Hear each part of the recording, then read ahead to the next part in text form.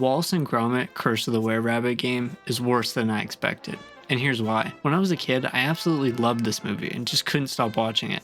I had the Project Zoo game, which I actually did a video on before, but I didn't know the existence of this Were-Rabbit game until making that video, so I decided to rewatch the movie to kind of refresh my mind and hop into the game. The Curse of the Were-Rabbit game was developed by Frontier Developments, who also developed Project Zoo, and was published by Konami. It was released in North America in September 2005 for the Xbox and PlayStation 2. A GameCube version was announced but never actually came out. The movie was released in October 2005, and it stars the titular duo as they wrangle up rabbits who eat up people's gardens. And they deal with them humanely, but a giant beast of a rabbit shows up and causes havoc right before the town's giant vegetable competition. After a rewatch of this movie, which I haven't seen in like 15 years, it held up really well. It was really fun, cute, and the humor is fantastic, especially this scene. If you ask me, this was arson. Arson? Aye, someone arsing around. And like I've said many times throughout my videos, it's very rare a licensed game and the movie it's based on are any similar when it comes to the story. With the Curse of the Were-Rabbit game, there's like 2 cutscenes that are remade into the game engine that are like 1 for 1 with the movie, and that's about it. They seem just to add random new characters into the storyline and make stuff up. But anyways, let's bunny hop into the game. Fuck, stupid. Booting up the game has some of the most boring music I've heard in a game. Some of the notes were kind of reminding me of the basement theme in Resident Evil. After getting into the game, we are greeted with a cutscene of Wallace and Gromit as they talk about their town's rabbit problem, and they get called to Lady Tottington's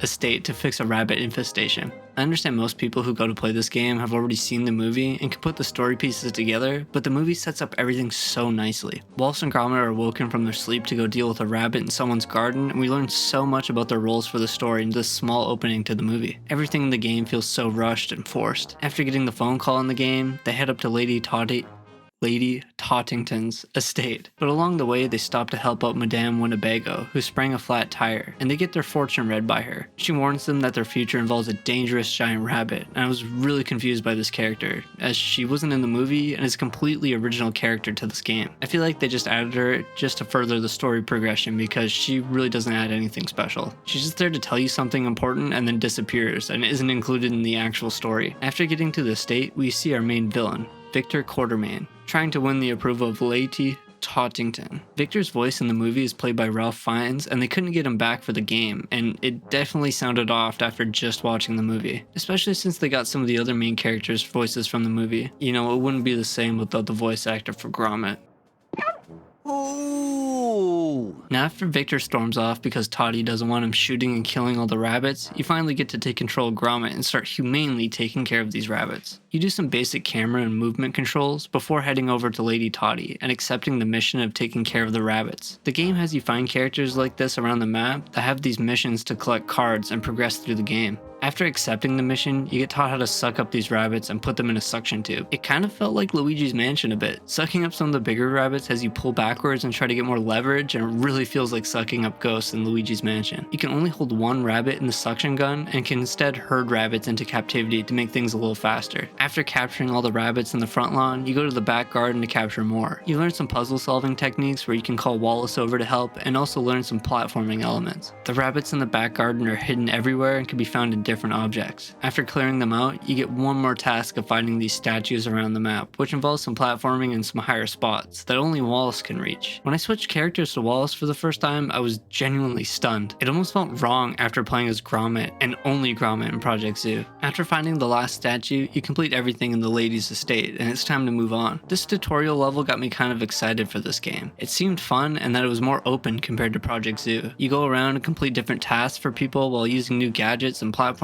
around. Next up, a cutscene is played with Victor and his dog getting jealous of Wallace and Gromit, and he's determined to stop them from getting close with Toddy. It then cuts back to Wallace and Gromit at their house, trying to solve their lack of space for all the rabbits they've been collecting. And this scene is pretty much the same in the movie, other than Victor's dog Philip is watching the scene unfold from a window. Wallace uses this brainwave machine called the Mindomatic to try and brainwash rabbits to stop eating vegetables, but they accidentally suck up a rabbit into the machine and it gets stuck to Wallace's head, and Gromit breaks the machine. They go to bed, and then the next morning they see their rabbits gotten loose. The Mind-O-Matic machine is gone, and a giant were-rabbit has gone crazy in everyone's gardens. So it's time to gear up and help the town out. You drop into the town, where you can go around and accept tasks from the townsfolk that involve catching rabbits, collecting items, or some kind of minigame. You can also save up money and buy stuff at the store to help Gromit grow his prized vegetable, which he cared for a lot in the movie. If you grow it big enough, there's a special cutscene at the end of the game. After getting dropped into the open world, I explored the town and finished a few missions, sucking up some rabbits, collecting items for a stew, and using this weird contraption to sort vegetables. I was having fun, but it started going downhill right about here. I kept walking around the town in search of new tasks, but it got so boring. The map isn't giant, but it's so slow to walk around, and it's filled with pretty much nothing. It makes it feel like such a task just to walk from one person to the other when there's nothing interesting going on in the world. Especially when you walk so slow, and the music makes me feel like I'm in an elevator or on hold with customer service or some shit. Anyways, I slogged my way through a bunch of tasks before getting a cutscene with Lady Winnebago again, where she gives us the ability to turn the town from day to night. It switches up to nighttime, and we get a scene similar to the movie where they try to lure the were-rabbit with a giant sexy rabbit, but we get to control the rabbit doing a little dance with a rhythm game, which we must complete to impress these guards to open up more of the road for us.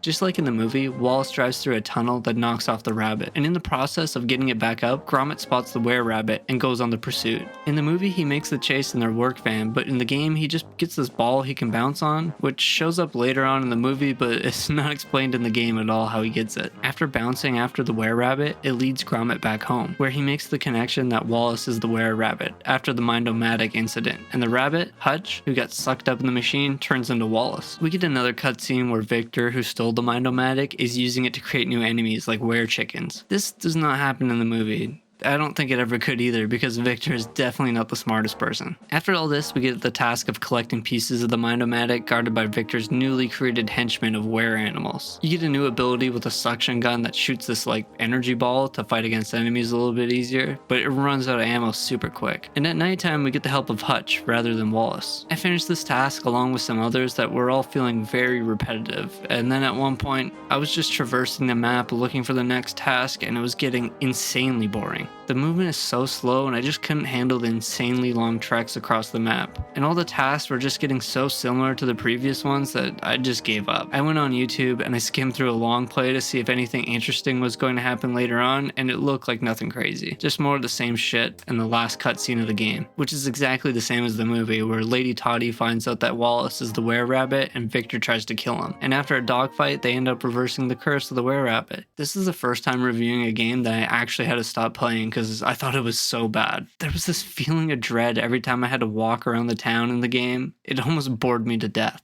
I was kind of excited at first for this game and had some pretty unique gameplay compared to Project Zoo, but I feel like Project Zoo, despite having some pretty bad controls, is way better than this game. Project Zoo is more linear, but it gave you chances to explore the world. But with the were-rabbit game, it gives you this open world of literally nothing. And when you actually get to do something, it just gets super repetitive. There's only so many times I can herd rabbits around.